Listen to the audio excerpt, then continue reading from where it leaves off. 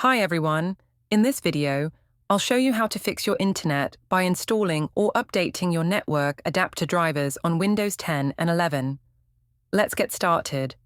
First, right-click the Start menu and select Device Manager.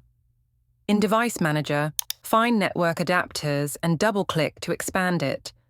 Look for your adapter.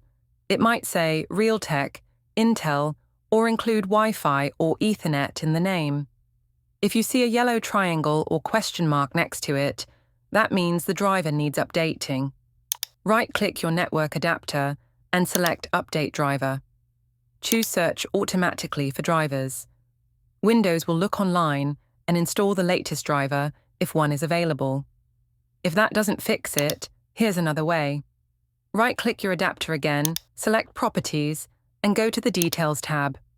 From the drop-down, choose Hardware IDs and copy the first ID that appears. Now, open your browser and paste that ID into the search bar.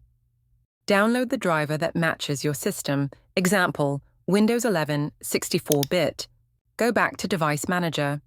Right-click your adapter, select Update Driver, then choose Browse My Computer for drivers. Click Browse, select the folder where you saved the driver, and press Next.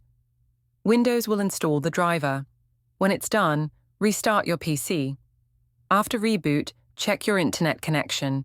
It should now be working properly. And that's it. If this video helped you out, don't forget to like, subscribe, and share. Thanks for watching.